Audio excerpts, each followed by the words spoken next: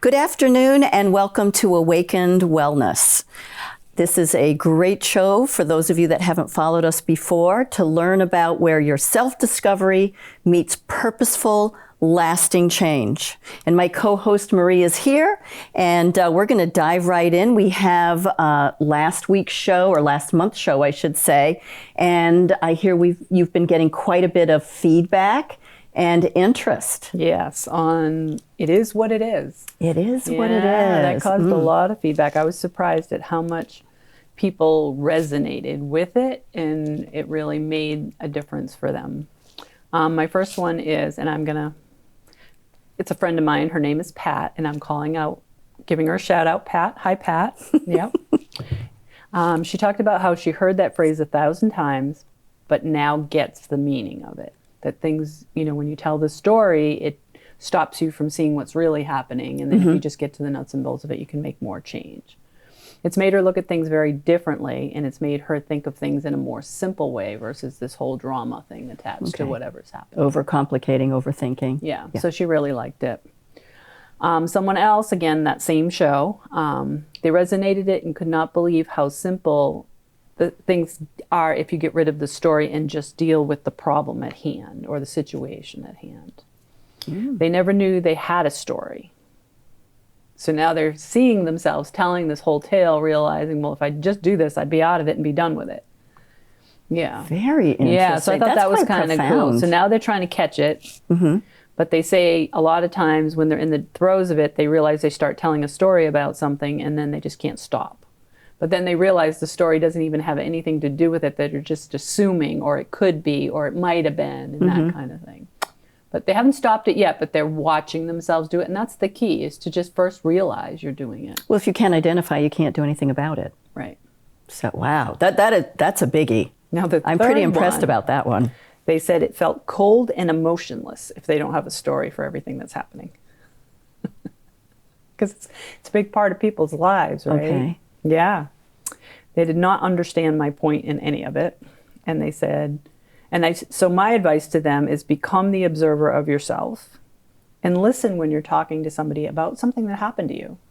And see if you've already resolved the issue. If not, are you just going on about the problem and you have a story and you're either a victim or you think you can't handle it or you don't know what to do, versus just diving in on what can I do to correct this. But start watching yourself to see. It's not that you become emotionless. It's just that you simplify things a little bit so you can handle more things and have more information funnel through you on how to correct it. That's quite a bit. Those are very opposite comments. Both. It's because everybody sees life differently. And that's the fun part about it, because we think everybody thinks the same. And that's why we think we can all get into a room and make the decision, but we can't, because everybody's coming from a different place. Right. And they're hearing the same information, but they're interpreting it differently in accordance to how they grew up, what they think life is, decisions they've made along the way. Education, non-education, jobs, experiences, all those things come into play. It all matters. It all matters on who's sitting next to you and why you think one thing and they think the other. Neither one of you is right or wrong, because you're both making it from the same place. But we seem to think that there's one right. That's very true. That actually happened this morning. Now that you mention it, I'm so that's why sometimes, like in a business or even in the government, there has to be certain things that benefit, like in medicine, it benefits the masses, not every individual, because you'll never be able to benefit it's impossible. Correct. There always has to be a constant that this keeps civility, or this keeps us safe, or this, Okay. And it is not emotionless, but you do want to take the drama out of it. You do want to take the right. Because the interpretations of the situations aren't even what's really happening. It just is what it is, what's happening. So as soon as you put all your interpretations on it, you start to cripple yourself sometimes, and you can't get out of it. We need to stop spinning things. Yeah. Very interesting. Wow. So are we ready to dive in today's show? Sure. Living the dream. Yeah. I'm excited to see what this one's all about. You never know with this one. It's funny because everybody asks me how I'm doing every day, and I just say, living the dream. You always say that. And I explained to them, because we're all living in our own dream state. Again, according to how you see life, my interpretation of life is different than yours. And I can change it at any time if I choose to see my interpretation is just an interpretation. It's not completely what life is. Correct. It's not sealed and stamped, and that's No, and everybody thinks it's sealed and stamped. So the goal is to start seeing that you create your life according to what you've learned and how you've interpreted that information. But it's not necessarily what's really happening. Okay. And that's why most of us struggle, because we can't get beyond that. So it's almost limiting. We're very limiting ourselves. Yeah. Because we can only identify or understand this far because of whatever we've limited ourselves with. So we can't take that next step. You can't see over the fence, whatever that phrasing is you want to use. It's kind of like people in family situations, okay? All the kids supposedly grew up in the same house, which they did not, because every time you add a kid, the dynamics change. But you put them all in a room, it was a completely different house they all grew up in. But they all grew up under the same situation. Correct. But not one of them interpreted it the same. So, yeah. Wow. That just happened yesterday. You're just like dredging up all these, oh my gosh, I just dealt with that yesterday. So the more we can see that everybody's in their own little dream or created reality, and that we get to step out of that and say how much of that really is what happened or what we interpreted it to be. Right. What's truth, what is fiction, and not being rude about calling it fiction. Right. It's your story. No, it's because that's, it's the only tools you had at the time to interpret it. That's all you got. That's true. You don't know what you don't know. But then once you know more, you can add to your dream or your story and make it bigger all the time and start finding clarity in all these areas that you think you were wronged, but all along that person was stressed and overwhelmed and didn't even know that you were standing next to them when they dissed you or whatever it was. Right. But you interpreted it this way where they didn't even know because they were overwhelmed.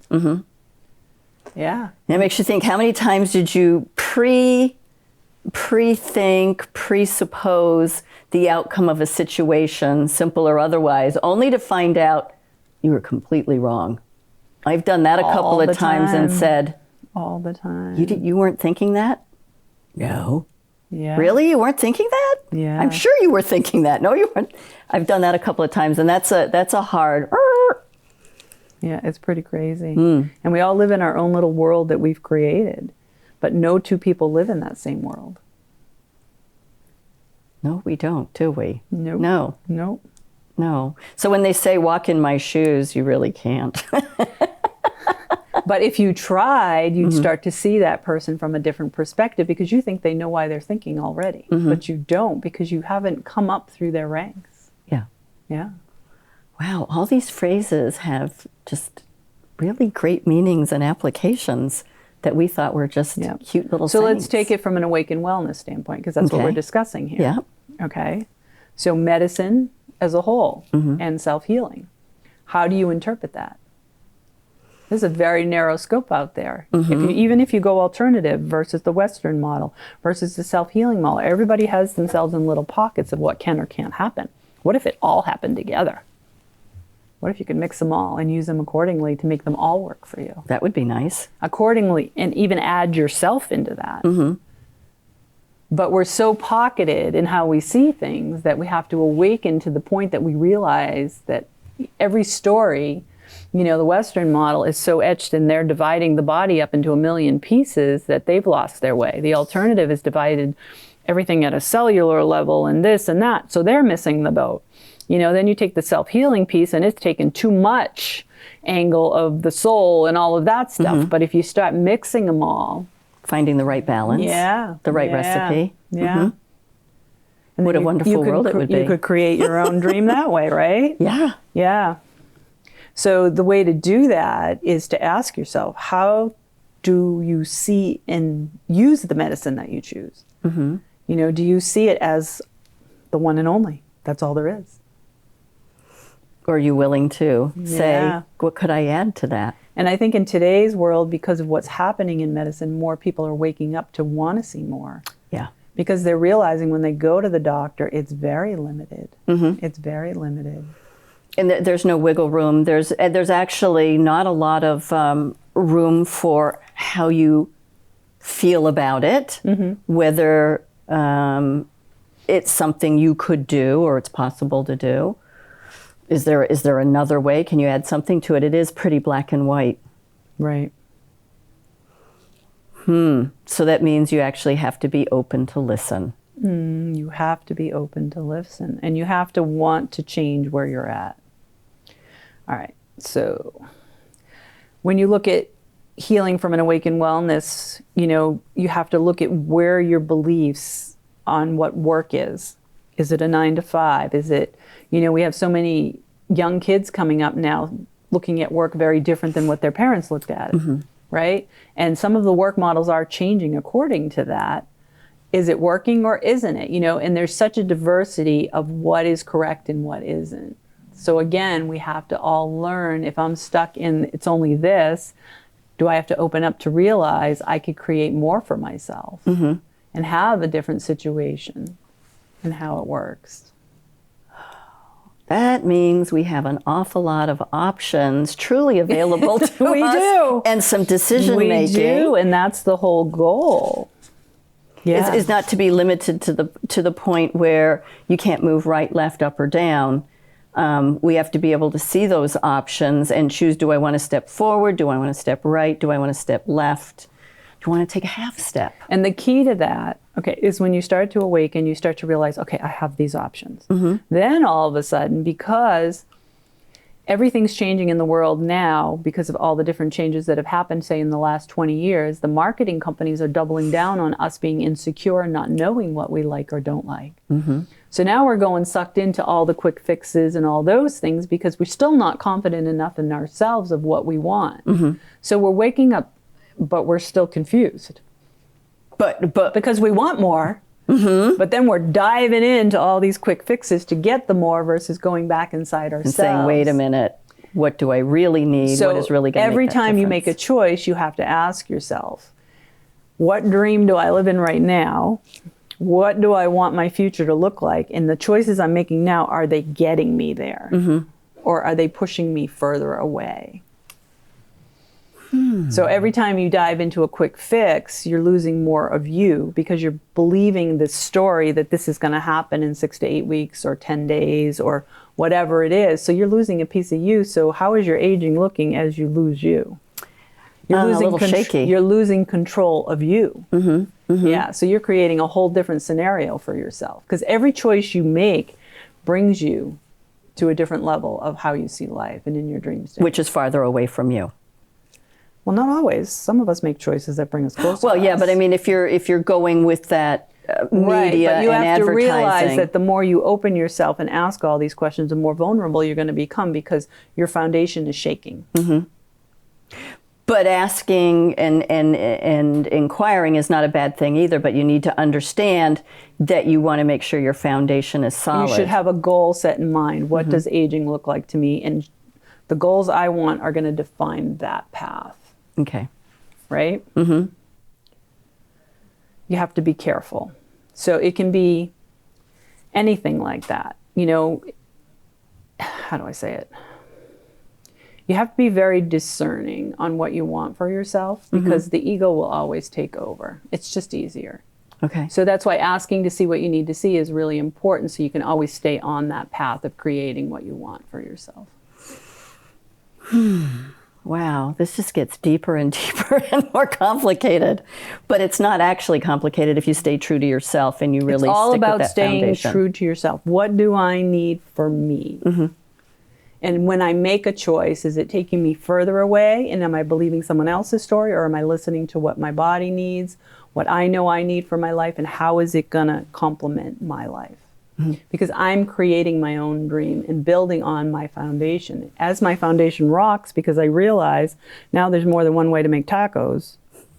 I'm not going to go out and buy 20 different variations when I get into the store. I'm going to get overwhelmed. Correct. So if I'm trying to eat better, maybe I want to make a fish one today. I didn't know you could have a fish taco. And now I want to make that. And then you just start building on that. All right. Instead of jumping in with both feet, just kind of test the waters and try one thing at a time, not the whole enchilada. Right. And it's just more about realizing that everything you know is yours specifically, and that not everybody has your answer, that you're the one that's got to have your answer, because they're building the answers based on their knowledge base, not yours. And that's not necessary, and that's not your knowledge base. No. So that's, No. yeah. I see where you're going with this. Yeah. Ooh, so it also says to me, slow down a little bit too. You have to slow down. You have to slow down to realize what dream you're creating for yourself. Otherwise, you're going to create a dream and then have to recreate a dream and then recreate another dream. Well, we do wake up every day. Yeah. We do, some of us. You know, if you're repeating history every day and your life's at a standstill and you're not happy, you have to look at it. So when I say living the dream, you're living in what you believe life to be right now. Correct. Not that you're in this perfect, harmonious world and everything's wonderful, which is their interpretation of your comment. No, you're living the dream in what of your day. You interpret life to be at this point. Where do you want that to go? Yep. And how are you making choices to make it go in that direction? But you get to see how, as you evolve, you get to see how misguided you are because you really think that's life. Yeah. You truly think that's life. And we've seen a lot of that breakdown in society now, that we thought, you know, the husband had control over the wife, right? Or, yeah, all these different aspects of... That are really not true. Well, they're not, but and some people still live it and believe it, and that's their dream, because that's, you know, either their religion tells them to, or their nationality tells them to, or whatever it is, that they believe that that's how life works, and you can't budge that. No, that's something that they have to change. That's something they have to discover and change. But all these things are breaking down now, which makes us more vulnerable. So we have to be more aware that they're breaking down, and that we were living in a created reality. Where are we going next?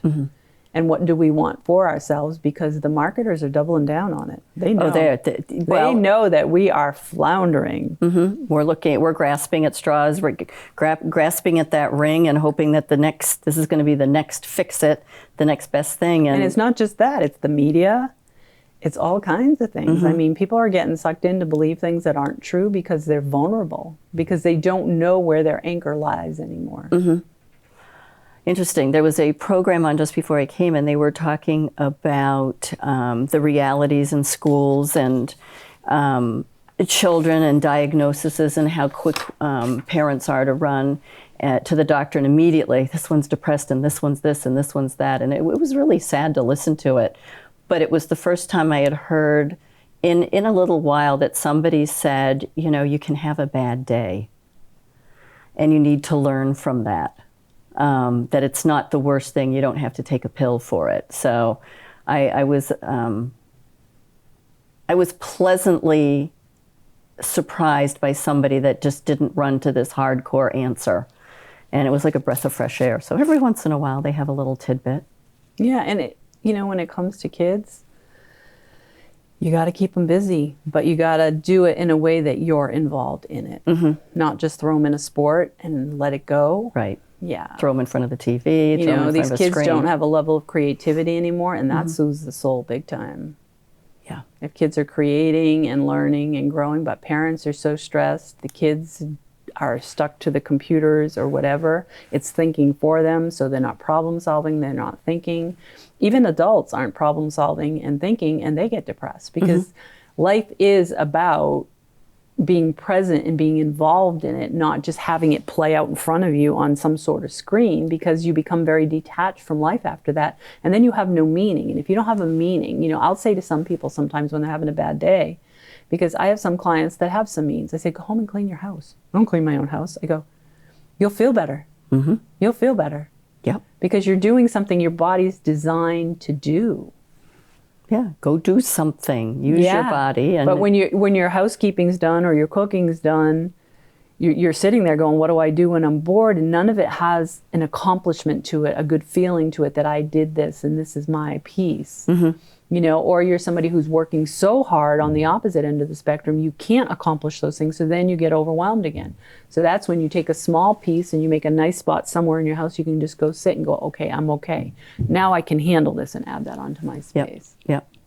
Yeah, it's not a bad thing to clean your house. It's not a bad thing to strip all the... My favorite thing, in full disclosure, is I love every couple of weeks to take every bed, strip it, put it in this giant bag that I have and go to the laundromat. Wow.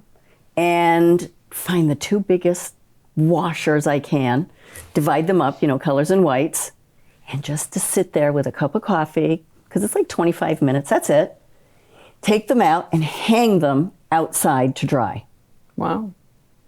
That feels like a huge accomplishment to me. To you, that is huge. Yep, it comes in all sorts of packages. You never know. Exactly. So you're creating a dream that serves you, and that is mindfulness. That's mindfulness in a nutshell. That you're doing what quiets you, what calms you, and what gets you to the next step to create a better future for you, not getting caught in the treadmill of life all the time. Right. I mean, I don't want to do 7 loads of laundry and then hang it out. I can go do it in 25 minutes, have a cup of coffee, That's a great and hang it out. So, you can still do something, work, do a chore, but you don't have to do it where it takes up every minute of your day. Right. So the goal is, think about what your dream state is. What do you live in? How do you see life? What interpretation do you have of how life works? And then talk to people. See how they see it. Mm-hmm. Ask them a bunch of questions to see if you think the same way, if you interpret your religion the same way. Not that you both know you go to church and you both pray. Right. How do you interpret what you're doing? Mm-hmm. And start learning. And start learning where you can kind of shift a little bit to broaden where you have to improve the quality of life, to age gracefully, to understand more what's happening around you, to catch those things now that are dragging you in that you didn't know because you believe certain things are just the way they are, and they're limiting you. So start creating a bigger dream for yourself that has more openings and more availability. Mm-hmm. Nice. So when you're sitting in front of people and you ask questions, it's kind of cool versus talking. People just talk. Right. Because they want to talk about themselves. They want to tell you what's going on. They want to give you their opinion. Ask questions instead, and it's pretty darn fascinating to realize how people actually think. Right, which is asking questions is listening, because if you're not listening, people just drone on as you would yourself. But I think that's a really good point. Have a couple of questions, pointed questions, pertinent to what they're talking about, and see where that goes. Because that also shows that you're listening to that person. And then they actually have to think a little bit of how they're going to answer you back or question themselves, right? Which they might not do if they're always constantly telling the story. And I do it as simple as at the grocery store. Like I bring the weirdest vegetables through the thing. And dandelion's one of my favorite. I grew up eating it and stuff like that. So the cashier's always looking at it kind of funny. They can never find the codes. And I'll say, what, you don't eat dandelion? I don't even know what it is. I go, do you want to know what it is? Well, kinda. And then the conversation keeps going. Oh, well, maybe I'll try it in some soup or something. And instead of just saying, oh, she doesn't know my code again, just open. And now I learned from her realizing how they grew up and they'd never seen anything like that. And it's just kind of cool to have fun talking to people back and forth, to learning how different they think than me and what I can learn from them. And that in a grocery store at the checkout line. It's fun because I was a cashier in a grocery store. And when people are mean to you, you're doing the best you can. Mm-hmm. So I just have conversations. Why not? Yeah. Yeah. Well, I like paper or plastic, and I'm like, I have my own bag, thank you. And so many people just stand there silent. And I mean, It sounds silly, but how many people just stand there and stare at the cashier like they're supposed to figure it out? Yep. So, yeah, you have to have a little bit of fun. I like that. I'm going to try that. I'm going to pick a weird vegetable and see if the person I know when I go through them. Like I said, they're people too. They're people too. Hardworking people too. Mm-hmm.